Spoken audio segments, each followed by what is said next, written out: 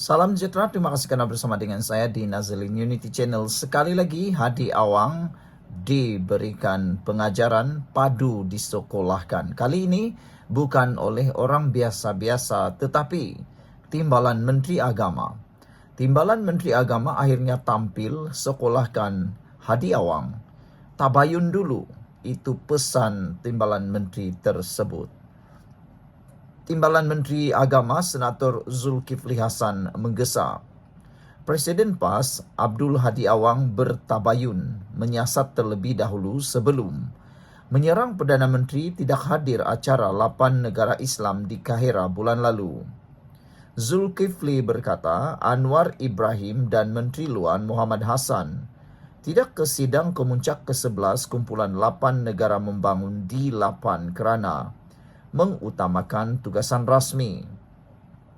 Netizen dalam ruangan komen memberikan komen terhadap Hadi Awang berkait dengan perkara tersebut. Iaitu kata netizen, mereka juga memberikan komen. Ada hati nak tegur Perdana Menteri. Hadi sendiri jadi duta khas bertaraf menteri makan gaji buta. Tak tahu apa yang dia buat selama 33 bulan, kata Purple Mouse di ruangan Malaysia kini. Purple Tetel pula kata, PAS tak pernah tabayun. Selagi ada kepentingan, mereka akan tunggang semua perkara. Bilakah mereka akan kembali kepada Islam yang syumul, kata Purple Tetel 5565. Wow. Rupa-rupanya Hadi Awang berniat nak menegur Anwar Ibrahim. Tapi dia tak sedar bahawa dia sendiri pernah jadi duta selama 33 bulan. Tapi digelar oleh netizen sebagai menteri makan gaji buta yang tak tahu apa yang telah dilakukan selama 33 bulan tersebut. Rupa-rupanya pada 18 dan 19 Disember, kata Zulkifli, kerajaan menerima kunjungan hormat pertama Presiden Turkmenistan, Serdar, kata beliau. Justru amalan bertabayun penting untuk memastikan setiap maklumat yang diterima dan disebarkan adalah benar dan tidak memudaratkan. Ia adalah sebahagian tuntutan Islam untuk menjaga kebenaran, keadilan dan keharmonian dalam masyarakat, katanya. Zulkifli juga berkata, selain bertabayun, Islam juga mengajar umatnya tidak bersangka buruk, mengadu domba dan menyebar fitnah. Kita sebagai umat Islam perlu sedar bahawa menyebarkan fitnah adalah berdosa besar dan menjerumuskan diri ke lembah kehinaan, katanya. Abdul Hadi kemarin menganggap ketiadaan Anwar di sidang kemuncak di 8 bukti konsep madani yang dibawa Perdana Menteri dan kerajaan tidak tulen. Ketidakhadiran Perdana Menteri Malaysia kini yang membawa slogan Madani menunjukkan perjuangannya bukan Madani Islam yang sebenar bersempena bandar Madinah yang dinamakan oleh Rasulullah, katanya. Sementara itu, Zulkifli berkata dalam kunjungan itu, kedua-dua negara bertukar pandangan mengenai isu serantau dan antarabangsa yang berkepentingan bersama, termasuk kepengerusian ASEAN Malaysia 2025. Dia menegaskan antara Januari hingga Oktober lalu, jumlah dagangan Malaysia dengan Turkmenistan meningkat dengan ketara sebanyak 74.8% kepada RM63.28 juta berbanding RM36.19 juta untuk tempoh sama tahun lalu. Tolak label jahiliah. Sementara itu, dalam kenyataan hari ini, Zulkifli juga menolak kecaman Hadi bahawa yang mengaitkan konsep Madani yang menjadi gagasan Perdana Menteri pentadbiran Anwar dengan jahiliah sebagai salah. Katanya, ia berasaskan konsep Madinah Rasulullah yang menyatupadukan warganya daripada pelbagai suku kaum melalui piagam Madinah. Di 8 merujuk kepada kerjasama ekonomi dalam kalangan negara membangun melibatkan Bangladesh, Mesir, Iran, Indonesia, Malaysia, Nigeria, Pakistan dan Turki. Diasaskan pada tahun 1996, gabungan itu melibatkan 1.27 bilion rakyat atau kira-kira 63% warga Muslim di seluruh dunia. Sidang Kemuncak D8 kali ini diadakan di Kairah, Mesir. Malaysia turut menghantar delegasinya yang diketuai Menteri Pendidikan Tinggi Zamri Abdul Kadir. Persidangan itu memutuskan membuka keanggotaan kepada negara lain selain menyokong agar Azerbaijan diterima menjadi negara ke-9 untuk kerjasama berkenan. Jadi, nasihat kepada Hadi Awang selepas perkara itu, ada hati nak tegur Perdana Menteri. Hadi sendiri jadi duta khas bertaraf menteri makan gaji buta, kata Purple Mouse. Tak tahu apa dia buat selama 33 bulan.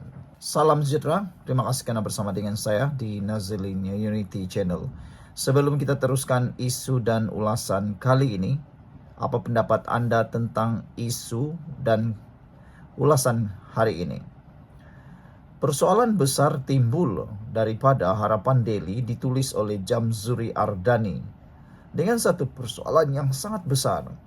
Adakah Hadi Awang halalkan pembunuhan dan fitnah atas dasar menentang sekularisme? Apakah beliau menghalalkan pembunuhan dan fitnah atas dasar menentang sekularisme? Kata penulis Jamzuri Ardani. Beliau bimbang jika itu yang mungkin difahami oleh sebahagian pengikut Hadi yang taksub. Nas tentang haramnya membunuh dan fitnah sangat jelas di dalam Al-Quran dan hadis, tanpa perlu kepada sebarang takwilan daripada manusia. Tidak ada alasan untuk menyatakan sebaliknya, kata beliau. Adapun isu sekularisme tiada sandaran nas yang kathi dan masih tertakluk kepada perbezaan pandangan di kalangan umat Islam. Syekhul Azhar sendiri berpandangan bahawa Islam dan sekularisme boleh berjalan seiring selagi mana hak untuk seseorang mengamalkan ajaran agamanya tidak diganggu. Pandangan yang sama pernah dikemukakan oleh Sheikh Ghanouchi dan Presiden Erdogan, tanpa menafikan pandangan yang ramai dari kalangan ulama muktabar lain yang menyatakan sekularisme adalah secara jelas bertentangan dengan Islam, seperti almarhum Sheikh Yusuf Qaradawi dan almarhum Abdul Ala Maududi. Tetapi mengkafirkan mereka yang dituduh sebagai sekuler adalah satu bentuk pemikiran takfiri yang keterlaluan. Haji Hadi kata sekularisme adalah syirik akbar yang secara mudahnya bermaksud kafir. Tahukah beliau, umat Islam di India sekarang sedang berjuang menuntut agar kerajaan India kembali kepada dasar-dasar pemerintahan sekuler yang diasaskan oleh penjajah British sebelum ini, supaya umat Islam mendapat pembelaan dan keadilan di negara tersebut dari penindasan kerajaan supremasis Hindu sekarang. Bagi lebih 200 juta orang Islam India, dasar sekuler itulah yang menjamin hak mereka untuk terus beramal dengan Islam. Jadi, adakah umat Islam di India itu jadi kafir kerana memperjuangkan untuk mengembalikan dasar sekuler di negara tersebut? Atau adakah sekularisme hanya kafir di Malaysia, tetapi tidak di India dan negara-negara lain seperti Turki dan Tunisia juga? Agak aneh pemikiran ini. Seolah-olahnya mengikut fahaman Haji Hadi, manusia itu hanya terbahagi dua, menolak sekularisme atau beriman dengan sekularisme. Satu Islam dan satu lagi kafir. Ini satu bentuk pemikiran binary yang berbahaya. Padahal ada spektrum yang luas berkenan pemahaman tentang isu ini yang berada di pertengahan antara keduanya. Bagi kebanyakan umat Islam, tidak sukar untuk menilai bahawa ada banyak perkara dalam fahaman sekularisme itu yang bercanggah dengan Islam yang wajib ditolak. Tetapi, kita tidak perlu beriman dengan sekularisme untuk memahami bahawa Ada perkara-perkara tertentu di dalam amalan sistem sekuler yang tidak bercanggah dengan agama. Sekularisme itu hanyalah ideologi politik ciptaan manusia, bukan sekularisme saja. Ada banyak lagi ideologi ciptaan manusia. Demokrasi juga adalah satu bentuk ideologi politik hasil pemikiran manusia. Seperti mana segala hasil ciptaan manusia di atas muka bumi, ada betul dan salahnya, ada baik dan buruknya, ada yang bercanggah dengan agama, dan ada yang tidak bercanggah dengan agama. Allah mengurniakan kepada kita akal, maka gunakanlah akal yang Allah kurniakan ini untuk menilai antara yang baik dan buruk, memilih yang baik dan menolak yang buruk, bukan menerima secara borong atau menolak secara borong. Keduanya adalah sikap yang gulu. Dalam konteks Malaysia, isu sekularisme bukanlah isu yang sepatutnya menjadi pemangkin kepada perpecahan, kebencian dan permusuhan di kalangan rakyat. Kita ada ketua agama, ada institusi agama dalam kerajaan, ada peruntukan agama persekutuan di dalam perlembagaan. Sekuler apanya?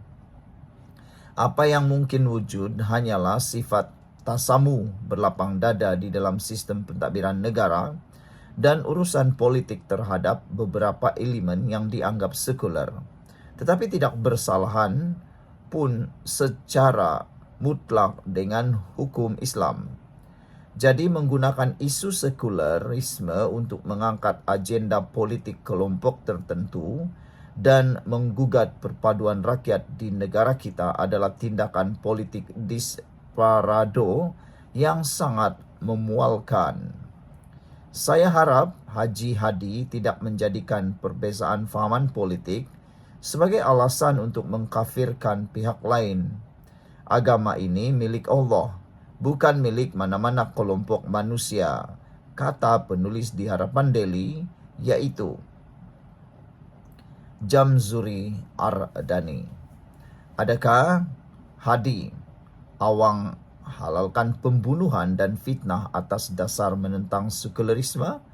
Sila tinggalkan komen anda, tekan butang subscribe.